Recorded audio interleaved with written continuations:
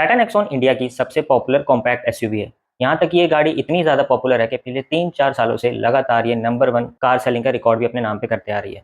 5 star ratings, bold design, दोनों engines के साथ-साथ ईवी में भी अवेलेबल होना इसकी एक बहुत बड़ी खासियत है, जिसकी वजह से इसकी सेल्स हमेशा बूम पर रहती हैं। लेकिन अगर आप 2026 में टाटा नेक्सॉन को बाय करने का सोच रहे हैं, तो शायद इस वीडियो को देखने के बाद आप अपना डिसीजन चेंज कर लें। आज हम इस वीडियो में बात करने वाले हैं 5 ऐसी चीज़ों के बारे में जो टाटा आपको कभी भी नहीं बताएगी।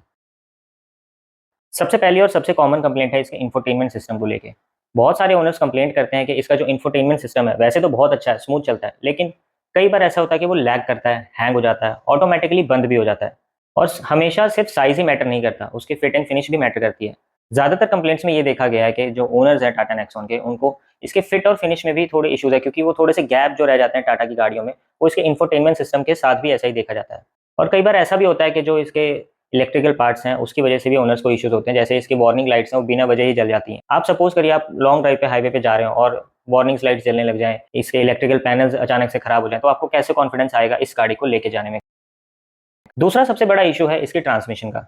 जो इसका एएमटी वेरिएंट है, चाहे वो डीज़ल का हो या चाहे पेट्रोल का हो, दोनों ही लैग करता है। मतलब आप जब भी पैडल को प्रेस करेंगे, तो आपको थोड़ा-सा वेट करना पड़ेगा गाड़ी को मोशन में आने के लिए, और जब भी ये गियर शिफ्ट होते हैं इस एएमटी वेरिएंट में, आपको लैग फ़ील होगा। आपको ऐसा लगेगा कि गाड़ी 1 सेकंड के लिए रुकी, उसके बाद फिर चलना स्टार्ट हुई है। तो मतलब जिस हिसाब से इस गाड़ी में आप पैसे दे रहे हैं प्रीमियमनेस के, इसके फीचर्स के, उस हिसाब से इसका जो एएमटी गियर बॉक्स है, वो काम नहीं करता।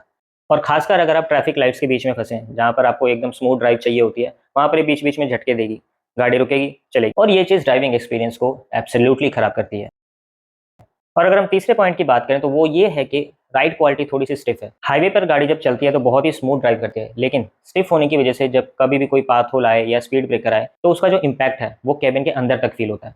और अगर हम बात करें मेंटेनेंस की, तो टाटा नेक्सॉन की मेंटेनेंस बहुत ही ज़्यादा कॉस्टली है और इसके पास भी काफ़ी ज़्यादा कॉस्टली है। अगर हम बात करें अल्टरनेटिव्स की, तो जो पार्ट्स टाटा डीलरशिप्स के अंदर 15 से 16 हज़ार में मिलते हैं, वही पार्ट्स अगर हम थर्ड पार्टी बाहर से परचेज़ करें तो 12 से 13 हज़ार में मिलते हैं। मतलब ऑलमोस्ट 2 से 3 हज़ार का डिफरेंस आता है प्राइस में। चौथा रीज़न है आफ्टर सेल सर्विस। सेल्स के टाइम पे कोई भी ब्रांड हो, कोई भी कंपनी हो, आपको बहुत अच्छे से ट्रीट करता है, क्योंकि आप उस टाइम पे वहाँ पे परचेज़ कर रहे हैं, आपने पैसा देना है। लेकिन जैसे ही गाड़ी उनकी बिक जाती है, तो उनका जो आफ्टर सेल सर्विस है, वो कुछ खास नहीं है। वो आपको हैंडल भी अच्छे से नहीं करेंगे, आपकी प्रॉब्लम्स को सुनने से पहले उसका सॉल्यूशन देने की कोशिश करेंगे। एक ओनर की बात है, उनके ब्रेक पैडल में आवाज़ आ रही थी।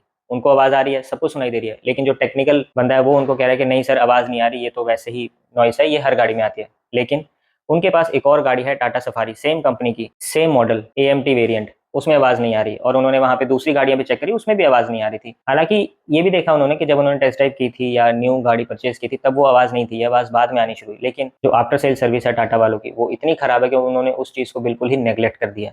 और अब बात करते हैं 5वें, last but not the least, क्योंकि बहुत सारी प्रॉब्लम्स हैं, बट मैंने सिर्फ 5 ही इस वीडियो में बताने की कोशिश की है। 5वां है रीसेल वैल्यू। टाटा की गाड़ियों की रीसेल वैल्यू बिल्कुल भी नहीं है। अगर आपने कोई भी टाटा की गाड़ी परचेज़ की है, मैं सिर्फ टाटा नेक्सॉन की बात नहीं कर रहा हूँ, टाटा सफारी, टाटा हैरियर या कोई भी गाड़ी हो, उनकी रीसेल वैल्यू है ही नहीं। अगर आपने उनकी गाड़ी 75,000 किलोमीटर से ऊपर चला दी, तो आप भूल जाएँ कि आप उसको आधे रेट में भी बेच पाएँगे। और अगर आप ये सोच के टाटा की गाड़ी ले रहे हैं या टाटा नेक्सॉन ले रहे हैं कि आपने हर दूसरे साल गाड़ी चेंज करनी है और उस गाड़ी को रख के चेंज करनी है, तो आपको ये पॉइंट अपने दिमाग में रखना बहुत ज़रूरी है, क्योंकि जब आप गाड़ी चेंज करेंगे तो उसकी रीसेल वैल्यू बहुत डिपेंड करती है आपकी नई गाड़ी की वैल्यू पे। अब ये मत समझिए कि टाटा नेक्सॉन एक बहुत ही बुरी गाड़ी है। बहुत सारे ओनर्स इस गाड़ी को पसंद भी करते हैं, इसके फीचर्स को पसंद करते हैं, अंदर का केबिन का जो स्पेस है उसको पसंद करते हैं। लेकिन बहुत सारी अच्छी चीज़ों के साथ-साथ ये 5 ऐसे पॉइंट्स हैं जिसको आप इग्नोर नहीं कर सकते। और ऐसा नहीं है कि ये जो प्रॉब्लम्स मैंने बताई ये हर किसी के साथ होती हैं, हर किसी के साथ नहीं होती, लेकिन एक रिस्क फैक्टर है। अगर आप सोचते हैं कि हाँ, इन सब चीज़ों के साथ आप चला सकते हैं और आपको इस ब्रांड पे भरोसा है, तो आप इस गाड़ी को ज़रूर परचेज़ कर सकते हैं। वरना इसके अल्टरनेटिव्स भी हैं मार्केट में, आप उनको एक बार ट्राई करें, उनके रिव्यूज़ पढ़ें, सुनें, उसके बाद ही अपना डिसीज़न लें। और अगर आपको ये वीडियो इन्फॉर्मेटिव लगी हो, आपको पसंद आई हो या आपको पॉइंट्स वैलिड लगे हो, तो इस वीडियो को लाइक और शेयर ज़रूर करना और इस चैनल को सब्सक्राइब ज़रूर कर देना।